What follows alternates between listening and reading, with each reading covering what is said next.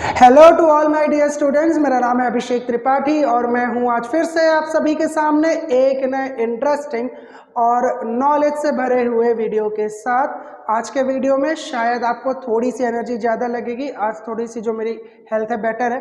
कल के वीडियो में, लास्ट वाले वीडियो में जो इसका फर्स्ट पार्ट है उसमें मुझे भी लगा था कि थोड़ी एनर्जी कम हो गई थी और वीडियो का लेंथ भी थोड़ा कम हो गया था। ठीक है, तो आज हम कोशिश करेंगे पूरी एनर्जी के साथ एक नई शुरुआत करने का। हम लोग अब अगले टॉपिक में जाएंगे और न्यूरल कंट्रोल को और बेटर वे में समझने की कोशिश करेंगे। ठीक है, अब इस चैप्टर में सबसे मेन है कि नर्व में इंपल्स कैसे कैरी होता है, इसके अलावा ब्रेन के पार्ट्स क्या होते हैं और आखिर में हम स्पाइनल कॉर्ड और फिर सेंसरी ऑर्गन, कान कैसे काम करते हैं और आंख कैसे काम करते हैं, इनके बारे में समझने की कोशिश करेंगे। ठीक है, पिछले वाले लेक्चर में मैंने आपको नर्वस सिस्टम का कुछ बेसिक बताया कि नर्वस सिस्टम जो होता है वो किस तरीके से डिवाइडेड होता है, कौन कौन से पार्ट्स में डिवाइडेड होता है।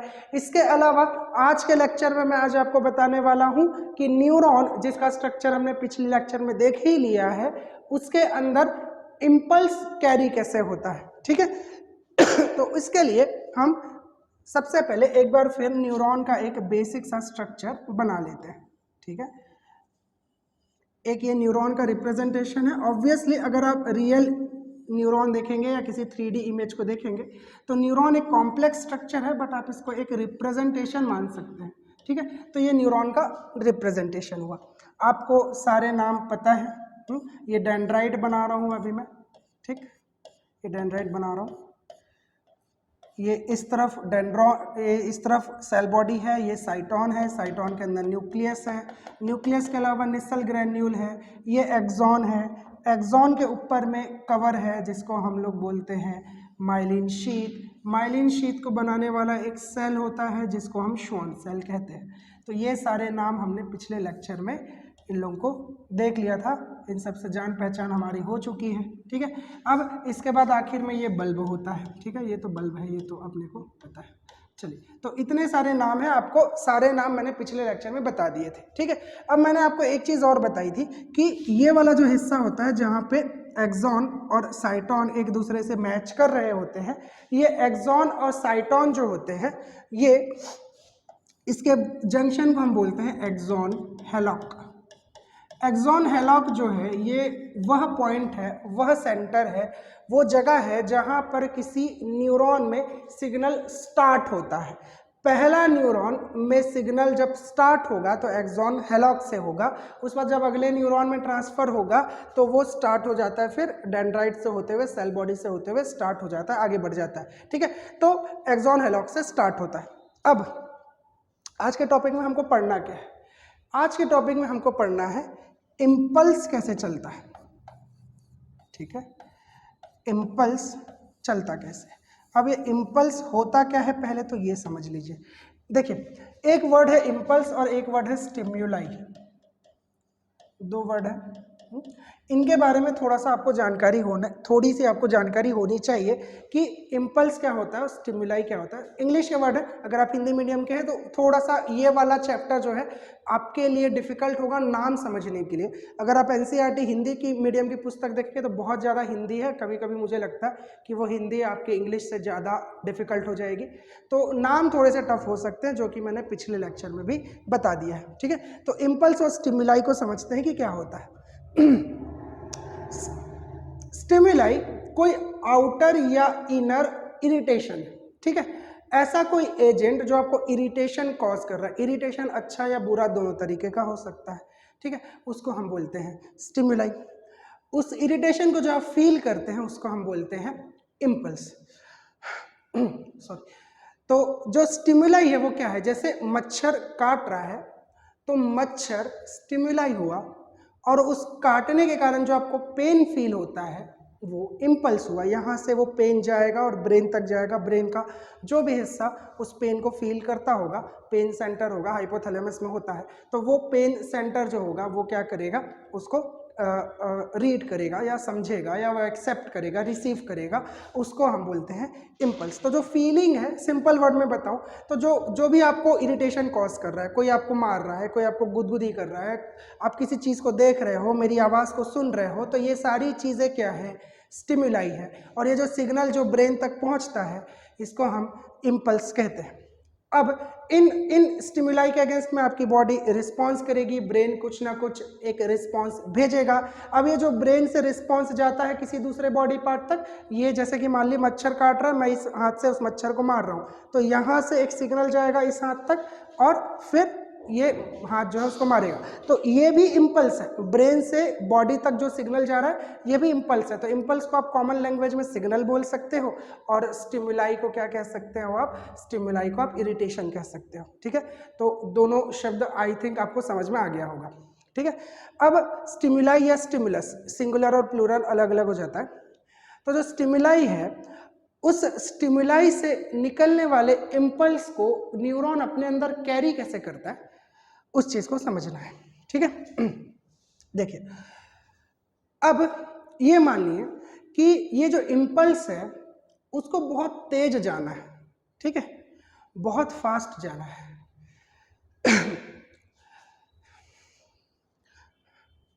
तो बहुत फास्ट जाने के लिए क्या कर सकते हैं, देखिए अब एक्चुअली में जो स्टिमुलेशन हो रहा है वो फॉर्म ऑफ एनर्जी है। ठीक है, फॉर्म ऑफ एनर्जी किस तरीके से है, देखिए मच्छर काट रहा है, मच्छर एक एनर्जी के थ्रू काट रहा है। ठीक है, वो एक एनर्जी, अगर आप फिजिक्स के लेवल पे जाए, देखिए बायोलॉजी वाले मैं खुद भी बोलता हूँ ये फिजिक्स समझ में नहीं आता, लेकिन फिजिक्स और केमिस्ट्री के बिना बायोलॉजी हो ही नहीं सकता है। केमिस्ट्री अगर नहीं होगा ना तो आपकी बॉडी नहीं होगी, आपकी पूरी की पूरी बॉडी केमिस्ट्री, आप केमिकल से बने हैं, आपकी बॉडी केमिकल रिएक्शन से चलती है, सब कुछ केमिकल है, बिना केमिकल के हम लोग जीवित नहीं रह सकते। ठीक है, वो सुभाष सर को मैं कभी कभी चिढ़ाते रहता हूँ केमिस्ट्री के लिए, लेकिन केमिस्ट्री के बिना बायोलॉजी पॉसिबल ही नहीं होती है, पीछे बैठ के मुस्कुरा रहे हो। ठीक है, तो केमिस्ट्री ज़रूरी है, वैसे ही फिजिक्स भी बहुत ज़रूरी है। फिजिक्स का बेसिक ज्ञान आपको पता होना चाहिए। कई बार हम लोग ये बोलते हैं ना ये फिजिक्स क्यों पढ़ना है यार, हम लोग को तो काम नहीं आएगा। बेटा फिजिक्स नहीं होगा तो आपको बायोलॉजी ही समझ में नहीं आएगी कि बायोलॉजी क्या है। आप तो वो मशीन से निकलने वाले रिपोर्ट्स नहीं रीड कर पाओगे, आप वो हार्ट बीट्स को रीड नहीं कर पाओगे कि हार्ट कैसे बीट कर रहा है, सही कर रहा है या गलत कर रहा है ना।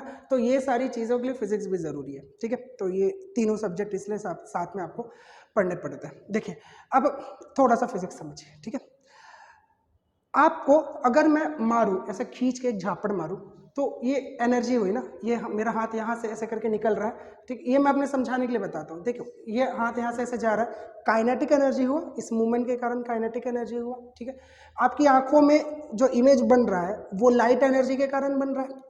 मेरी आवाज़ आप सुन रहे हो वो साउंड एनर्जी है ना। सब कुछ एनर्जी ही तो है। तो बाहर से जो स्टिमुलस आ रहा है वो क्या है, एनर्जी है। अब फिजिक्स में एक बहुत ही फेमस अंकल जी हैं, उनका नाम है न्यूटन। अब न्यूटन जी ने क्या बोला था कि आप एनर्जी को ना तो बना सकते हो ना तो ख़त्म कर सकते हो, उसको एक फॉर्म से दूसरे फॉर्म में चेंज कर सकते हो। ये चीज़ उन्होंने बोली, और वो इतना बड़ा आदमी इतनी बात बोल रहे हैं तो अपन लोग मान भी लिए कि हाँ होता होगा, कि हम लोग नहीं बना सकते होंगे तो हम लोग मान लेते हैं कि आप ना एनर्जी को बना सकते हो ना ख़त्म कर सकते हो, एक फॉर्म से दूसरे फॉर्म में कन्वर्ट कर सकते हो, थोड़ी बहुत एनर्जी हीट के फॉर्म में लूज हो जाती है। ये ऐसा ही कुछ बोले थे, जहाँ तक मेरे को फिजिक्स आती है। इतनी फिजिक्स तो मेरे को आती है, इससे ज़्यादा नहीं आती है। ठीक है, तो अब देखिए आपको जब कोई मार रहा है, ये काइनेटिक एनर्जी आ रही है, और जैसे ही आपके शरीर पर वो काइनेटिक एनर्जी पड़ती है ना, अब आप उसको फील करोगे। कैसे फील करोगे, अब ये एनर्जी यहाँ पड़ते साथ खत्म थोड़ी ना हो जाएगी, ये एनर्जी अब कन्वर्ट होगी आपकी बॉडी के अंदर किसी दूसरे फॉर्म ऑफ एनर्जी में। देखिए शायद ही आपको किसी भी बायोलॉजी लेक्चर में, शायद किसी न्यूरल कंट्रोल एंड कोऑर्डिनेशन के लेक्चर में ये वाली बात बताई जाएगी। हो सकता है बहुत सारे टीचर्स को पता हो, बहुत सारों को ना भी हो, लेकिन या बहुत सारे टीचर्स को एक्सप्लेन ना कर पाए, लेकिन बहुत छोटी सी चीज़ है कि ये एनर्जी है जो आपको बाहर से स्टिमुलेशन मिल रहा है। ठीक है, आप ठंड या गर्मी को सहन कर रहे हो, आपको उसको फील कर रहे हो, तो वो ठंड और गर्मी क्या है, वो हीट एनर्जी ही तो है। अब उस हीट एनर्जी को आप क्या करते हो, कन्वर्ट करते हो अपनी बॉडी में, और उस कन्वर्टेड एनर्जी को फील करते हो अपने अंदर, तभी आप उसको फील कर सकते हो। ठीक है, तो आपकी बॉडी क्या करती है, न्यूरॉन क्या करता है, बाहर से आने वाले इन सारी एनर्जी को कन्वर्ट करता है किसी और फॉर्म ऑफ एनर्जी में। ठीक है, अब देखो बाहर से हीट भी आ रहा है, ठीक है, बाहर से साउंड भी आ रहा है, ये भी ठीक है, बाहर से लाइट भी आ रहा है, काइनेटिक एनर्जी भी आ रहा है, सब कुछ आ रहा है ना, सब कुछ आ रहा है। अब ये सब कुछ जब आ रहा है इसमें, तो इसको ये किसी एनर्जी में कन्वर्ट करेगा और वो एनर्जी जो है वो चलेगी बॉडी के इस पार्ट से ब्रेन तक और ब्रेन से बॉडी के दूसरे पार्ट तक, ठीक है। तो ये एनर्जी होती है, इस किस एनर्जी में कन्वर्ट करें। तो क्या था कि अब एक ऐसा एनर्जी फॉर्म चाहिए जो बहुत तेजी से मूव करे, क्योंकि न्यूरॉन के अंदर अब इस फीलिंग को, जो कि एक कन्वर्टेड एनर्जी है, उसको बहुत जल्दी से हमको फील करना है। अगर स्लो हो जाएगा तो सर्वाइवल खत्म हो जाएगा, हमको बहुत फास्ट रिएक्ट करना है। तो ये जो इम्पल्स होता है बहुत तेजी से चलना चाहिए। तो ये इम्पल्स भी क्या है, एक एनर्जी है जिसको न्यूरॉन ने कन्वर्ट कर दिया है, ठीक है। अब ये इम्पल्स कौन से फॉर्म ऑफ एनर्जी से चलता है। तो देखिए, जब ब्रह्मा जी दुनिया को बना रहे थे ना, फिर इंसान बना रहे थे, जानवर बना रहे थे, तो उन्होंने न्यूरॉन बनाया। न्यूरॉन बनाने के बाद उनको तो भाई भगवान है, उनको तो सब आइडिया है। तो उन्होंने क्या बोला कि न्यूरॉन है वो सिग्नल को लेके जाएगा बॉडी से ब्रेन तक, ब्रेन से बॉडी तक, और बॉडी बहुत बड़ी सी है और इतनी बड़ी बॉडी है। इतनी बड़ी बॉडी के अंदर, अब देखो हम तो फिर भी छोटे हैं, वेल को देख लो या आप हाथी को देख लो, जिराफ को देख लो, ऊँट को देख लो, और इतने बड़े बड़े होते हैं। तो उनकी बॉडी के अंदर बहुत फास्ट जाना चाहिए सिग्नल। अगर स्लो हो जाएगा तो स्लो हो जाएगा सिग्नल, तो सर्वाइवल रुक जाएगा, खत्म हो जाएगा। तो उन्होंने क्या बोला कि ये बाहर से आने वाली एनर्जी को किसी में कन्वर्ट करना पड़ेगा। तो उन्होंने 2-4 लोगों से पूछा क्या किया जा सकता है। तो कोई बोला कि लाइट सबसे फास्ट होता है, लाइट एनर्जी में कन्वर्ट कर दो। न्यूरॉन को बोलो, न्यूरॉन को ऐसे प्रोग्राम कर दो कि वो बाहर से आने वाली एनर्जी को लाइट एनर्जी में कन्वर्ट कर दे, और लाइट जो है तुरंत जाएगी यहाँ से, लाइट एनर्जी और ब्रेन तक पहुँचेगी। अब दिक्कत ये थी, लाइट एनर्जी जो है वो अगर यूज़ करके देखे थोड़ा सा, एक ऐसे क्या बोलते हैं, एक पायलट प्रोजेक्ट चलाए और लाइट एनर्जी ही इंसान के अंदर डाल के देखे, तो इंसान जलने लगा जुगनू के जैसे। तो फिर वो अच्छा नहीं लग रहा था, है ना। आप ही सोचो, आप दिन भर जलते रहोगे, कैसा लगेगा, लाइट बल्ब के जैसे, है ना। तो इधर लाइट वाइट नहीं लगाना पड़ता, तो मज़ा नहीं आता। तो उन्होंने बोला ये लाइट एनर्जी पसंद नहीं आ रहा है मेरे को। तो उन्होंने बोला, किसी ने बोला कि चलो साउंड एनर्जी ट्राई करके देखते हैं। सर साउंड एनर्जी, अब साउंड एनर्जी का दिक्कत है कि साउंड एनर्जी जो है वो क्या होती है, वो होती है वेव्स के फॉर्म में चलती है ना। अब साउंड एनर्जी में बार बार कन्वर्ट करना, और साउंड वैसे चलती तो फास्ट है, लेकिन साउंड एनर्जी में बार बार कन्वर्ट करना बाहर के स्टिमुलस को पॉसिबल नहीं था। ये एक्चुअल बात बता रहा हूँ। ब्रह्मा जी वाली बात भले गलत हो सकती है, थोड़ा सा मजाक हो सकता है ना, लेकिन बाकी ये बात मैं आपको सही बता रहा हूँ कि कौन सा फॉर्म ऑफ एनर्जी यूज़ करे, ये इवोल्यूशन में बिल्कुल सही तरीके से आया। इसके बाद तीसरा किसी ने बताया, है ना, कोई वहाँ पर बैठा था, उसने बोला ब्रह्मा जी सुनिए कि एक एकदम तेज चलने वाली फॉर्म ऑफ एनर्जी नया डिस्कवर हुआ है। उस फॉर्म ऑफ एनर्जी को हम लोग इलेक्ट्रिसिटी बोलते हैं। तो अब क्या है, उनको इलेक्ट्रिसिटी थोड़ा सा कम पता था। तो उन्होंने पूछा ब्रह्मा जी ने कि भैया बताओ इलेक्ट्रिसिटी है क्या। इलेक्ट्रिसिटी जिसने बताया उसने बताया भैया कि इलेक्ट्रिसिटी बहुत तेज चलती है। अब उसको एक जगह से दूसरे जगह में एकदम फ्रैक्शन ऑफ सेकंड में ऐसे करके पहुंचा सकते हो, ठीक है। अब भाई बताओ, छत्तीसगढ़ में हम बैठे हैं, भिलाई में, कोरबा से आता है हमारा इलेक्ट्रिसिटी, कैसे आता है, एकदम तुरंत आता है, ठीक है। तो इलेक्ट्रिसिटी बहुत फास्ट चलती है। उन्होंने बोला ठीक है। तो उन्होंने ये भी पूछा, तो देखो भैया लाइट भी फास्ट चलती है, लेकिन लाइट से तो आदमी ऐसे जलने लग गया था, जगमग हो गया था, तो इलेक्ट्रिसिटी पास करने से कुछ नहीं होगा। तो सामने वाला बताया उनको कि इलेक्ट्रिसिटी पास करेंगे ना, तो अगर कम लेवल पे करेंगे तो कोई दिक्कत नहीं, और ऊपर से इंसान की बॉडी में बहुत सारा पानी डाल के रखे हो आप, 70% पानी डाल के रखे हो, और इलेक्ट्रिसिटी पानी में बहुत अच्छे से चली जाती है। तो उन्होंने बोला बताओ इलेक्ट्रिसिटी के बारे में, और अच्छा सुनने में मजा आ रहा है। तो क्या हुआ, सामने वाले ने बताया इलेक्ट्रिसिटी एक फॉर्म ऑफ एनर्जी है जो कि आयंस के मूवमेंट से चलती है, ठीक है, आयंस के मूवमेंट से चलती है, ठीक है।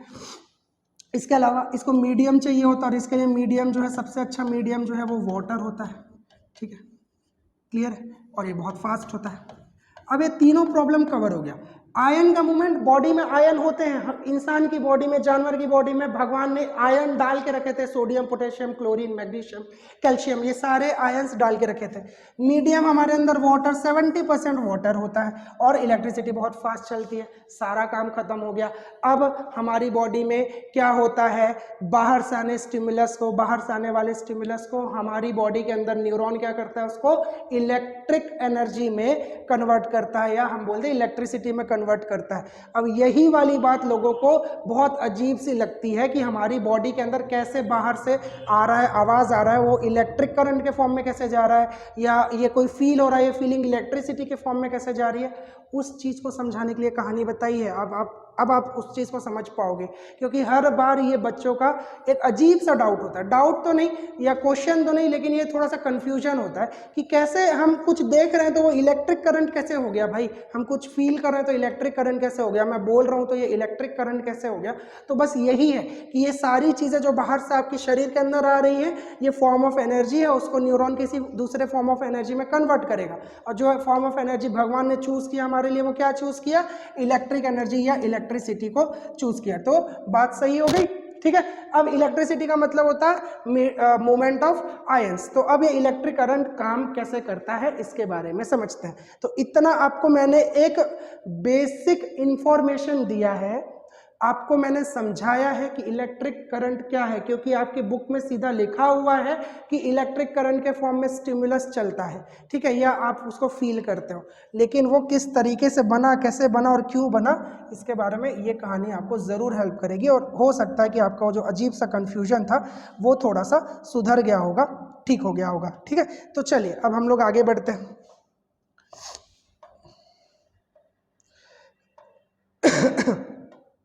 चलिए तो देखते हैं हम। अब देखिए, अब इलेक्ट्रिक करंट कैसे है। तो अब मान लेते हैं हम लोग मान लेते हैं कि ये है हमारा एक्सोलीमा, ठीक है, ये क्या है, एक्सोलीमा। अब इलेक्ट्रिक करंट कैसे काम करता है देखिए। एक्सोलीमा क्या है, प्लाज्मा मेम्ब्रेन ऑफ एक्सॉन, ठीक है। तो प्लाज्मा मेम्ब्रेन ऑफ एक्सॉन को हम लोग बोलते हैं एक्सोलीमा, ठीक है। अब एक्सोलीमा के बाहर है ना, प्लाज्मा मेम्ब्रेन के बाहर पॉजिटिव आयन होता है,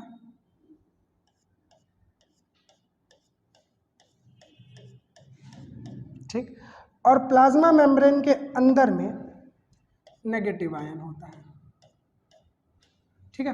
प्लाज्मा मेम्ब्रेन के बाहर क्या है, पॉजिटिव आयन है, प्लाज्मा मेम्ब्रेन के अंदर नेगेटिव आयन है, ठीक है।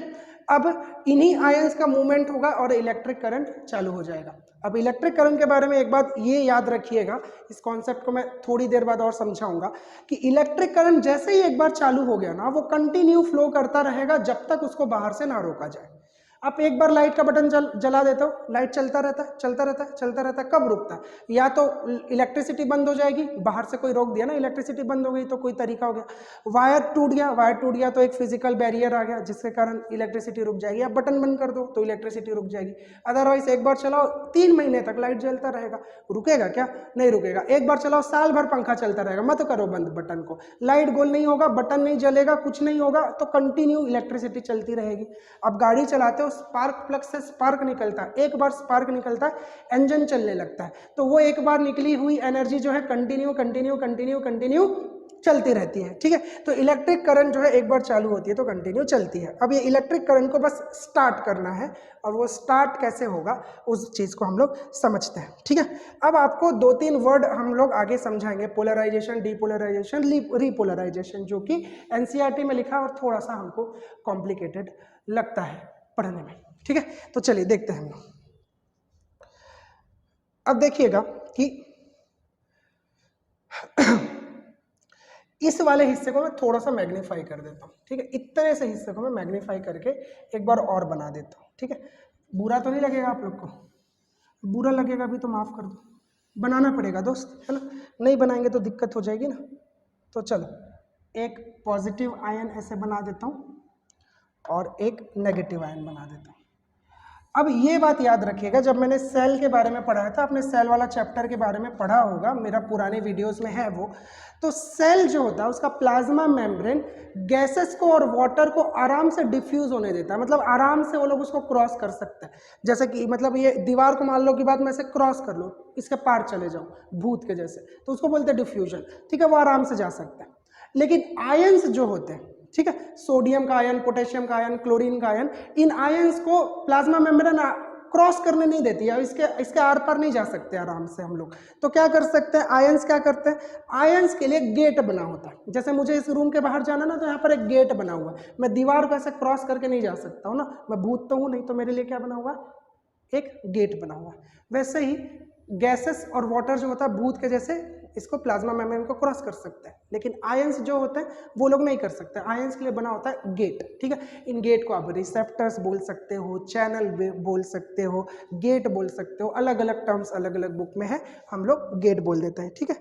अब एक आयन के लिए या एक मॉलिक्यूल के लिए एक गेट होता है, ठीक है। अब एक गेट नेगेटिव वाले के लिए, एक गेट पॉजिटिव वाले के लिए, ठीक है।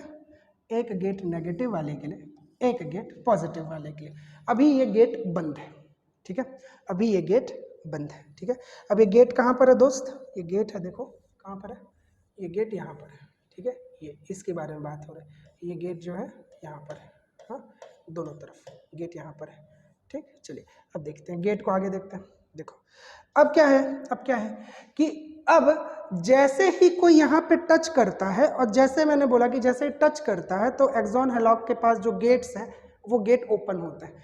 टच करते साथ ये नेगेटिव आयन वाला गेट खुलेगा और पॉजिटिव वाला गेट खुलेगा, और ये लोग क्या करेंगे, ये लोग कुछ इस तरीके से चेंज हो जाएंगे। अब गेट खुलने के कारण जो नेगेटिव है वो बाहर चला जाएगा और जो पॉजिटिव है वो अंदर आ जाएगा, ठीक है। नेगेटिव वाला बाहर चला जाएगा, पॉजिटिव वाला अंदर आ जाएगा। अभी सिर्फ एक के बारे में बताया, इसके बगल में देखिए, इसके बगल में भी तो है, लेकिन इसके बगल में क्या है, इसके बगल में अभी भी सेम स्थिति बनी हुई है, इसके बगल में अभी भी सेम स्थिति बनी हुई है। सिर्फ अभी हम एक ही आयन के बारे में बात कर रहे हैं। तो एक आयन जो है, एक नेगेटिव आयन बाहर चला जाता है, एक पॉजिटिव आयन अंदर चला जाता है, क्योंकि उनका गेट खुलता है, और यहीं पर इलेक्ट्रिसिटी स्टार्ट हो गई। आयन का मूवमेंट हो गया ना, बस इलेक्ट्रिसिटी स्टार्ट हो गई। जैसे ही किसी ने टच किया वहां पर गेट खुला, इलेक्ट्रिसिटी स्टार्ट हो गई। अब जैसे इलेक्ट्रिसिटी स्टार्ट होती है वो आगे की तरफ बढ़ती है, जैसे जैसे आगे बढ़ती जाती है, आगे के गेट खोलते जाती है, आयंस मूव करते जाते हैं, आगे के गेट खोलते जाती है, आयंस मूव करते जाते हैं, आगे के गेट खोलते जाती है, आयंस मूव करते जाते हैं। और पीछे वाले जो आयन है, जैसे इलेक्ट्रिसिटी यहाँ पर चालू हो गई ना, अब इलेक्ट्रिसिटी आगे बढ़ती है। इलेक्ट्रिसिटी आगे बढ़ते साथ, इलेक्ट्रिक एनर्जी बोलना चाहिए वैसे, इलेक्ट्रिक एनर्जी आगे बढ़ते साथ ये वाला जो आयन है ये नॉर्मल हो जाएगा, यानी कि ये फिर से इस कंडीशन में चला जाएगा, और आगे वाला जो आयन है ये हो जाएगा इनवर्स।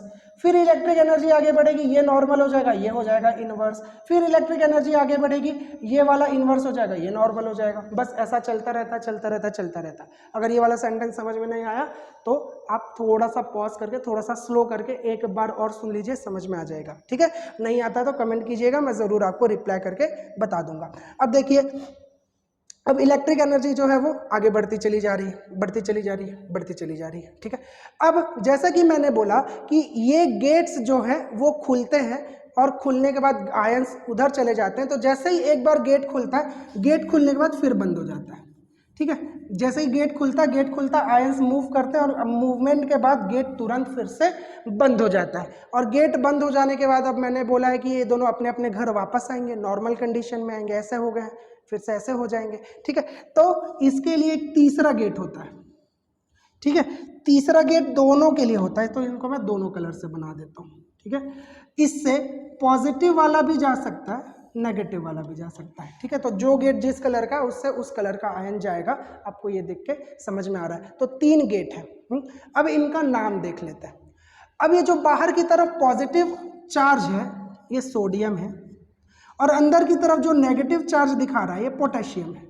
अब आपको पता होगा कि सोडियम और पोटेशियम दोनों के दोनों पॉजिटिव आयन बनाते हैं। सोडियम भी पॉजिटिव आयन बनाता है, पोटेशियम भी पॉजिटिव आयन बनाता है, लेकिन यहाँ पर सोडियम को हम पॉजिटिव दिखा रहे हैं, लेकिन पोटेशियम को नेगेटिव दिखा रहे हैं। इसका क्या मतलब है? एक्चुअली में सोडियम 3 होते हैं और पोटेशियम 2 होते हैं। तो पॉजिटिव आयन की का इंटेंसिटी या पॉजिटिव आयन की संख्या बाहर की तरफ ज़्यादा है, तो वो स्लाइटली पॉजिटिव है, और अंदर की तरफ थोड़ा सा नेगेटिव है। इसको आप केमिस्ट्री में हम लोग बोलते हैं ना, स्लाइटली पॉजिटिव, थोड़ा सा एक्स्ट्रा पॉजिटिव, थोड़ा सा डेल्टा से उसको शो करते हैं ना, थोड़ा सा कम नेगेटिव है। इसको और एक कॉमन सेंटेंस में आपको समझाता हूँ। देखिए 2 करोड़पति लोग हैं, ठीक है। मान लो एक अंबानी जी है, एक अडानी जी है, एक के पास 50,000 करोड़ है और एक के पास 30,000 करोड़ रुपए की प्रॉपर्टी है, हम लोग बेचारे गरीब लोग, तो हम दोनों के लिए तो वो अमीर है ना, इन जनरल वो लोग अमीर है। लेकिन जिसके पास 50,000 करोड़ है वो ज्यादा अमीर है, तो वो दूसरे से ज्यादा अमीर है और दूसरा वाला थोड़ा सा गरीब है। सिर्फ उन दोनों को, सिर्फ दुनिया में उन्हीं दोनों को कंपेयर करेंगे तो 50,000 करोड़ वाला ज्यादा अमीर है और 30,000 करोड़ वाला उससे गरीब है, तो उसके लिए वहां पर गरीब वर्ड यूज करेंगे। जबकि इन जनरल वो दोनों के दोनों क्या है, महा अमीर आदमी है। और वैसे ही सोडियम और पोटेशियम क्या है, इन जनरल तो वो लोग क्या है, इन जनरल तो पॉजिटिव आयन है, लेकिन यहाँ पर क्योंकि सोडियम के पास एक्स्ट्रा पॉजिटिव है तो वो पॉजिटिव कहलाता है, और पोटेशियम के पास थोड़ा सा कम पॉजिटिव है तो उसको हम लोग नेगेटिव मान लेते हैं, वो नेगेटिव आयन की तरह बिहेव करता है इस कंडीशन में। ठीक है, अब आप बोलोगे कि ऐसा था तो बाहर में सोडियम था तो अंदर में क्लोरीन क्यों नहीं डाल दिए, इतना कंझट नहीं करना पड़ता समझने के लिए, है ना, तो एक पॉजिटिव हो जाता है एक नेगेटिव हो जाता है, फोकट का पोटेशियम क्यों घुसाए होंगे वहां पे। तो ब्रह्मा जी को ये बात मालूम थी कि आप ये बात पूछोगे, तो उन्होंने आपके लिए एक जवाब भेजा है कि अरे गधे लोग, कि अगर बाहर सोडियम डालेंगे अंदर क्लोरीन डालेंगे तो जब ये लोग क्रॉस कर रहे होंगे तो सोडियम और क्लोरीन एक दूसरे से रिएक्ट करके NaCl बना लेंगे। हमेशा पॉजिटिव आयन ही नेगेटिव आयन के साथ रिएक्ट करता है, ये बात आपको पता होगी। दो पॉजिटिव आयन एक दूसरे के साथ रिएक्ट नहीं करते, तो रिएक्शन ना हो इसलिए दोनों पॉजिटिव आयन लिया, एक को ज्यादा रखा एक को कम रखा, ताकि रिएक्शन भी ना हो और पॉजिटिव नेगेटिव आयन का बैलेंस भी बना रहे। ठीक है, बात समझ में आ गई। अब गेट के नाम देखिए, जो गेट सोडियम के लिए है, ये येलो वाला, इसको बोलते हैं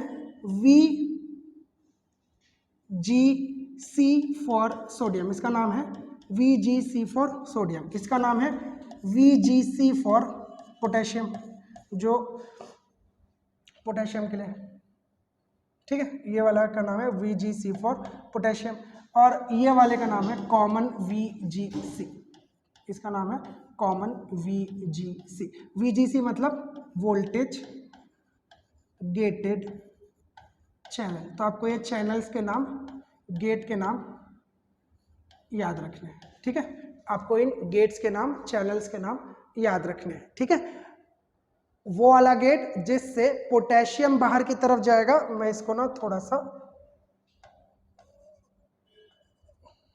ये येलो कलर में है तो थोड़ा कंफ्यूजन मुझे हो रहा है, तो आपको भी शायद हो जाएगा ऐसा। ठीक है, अब क्लियर है।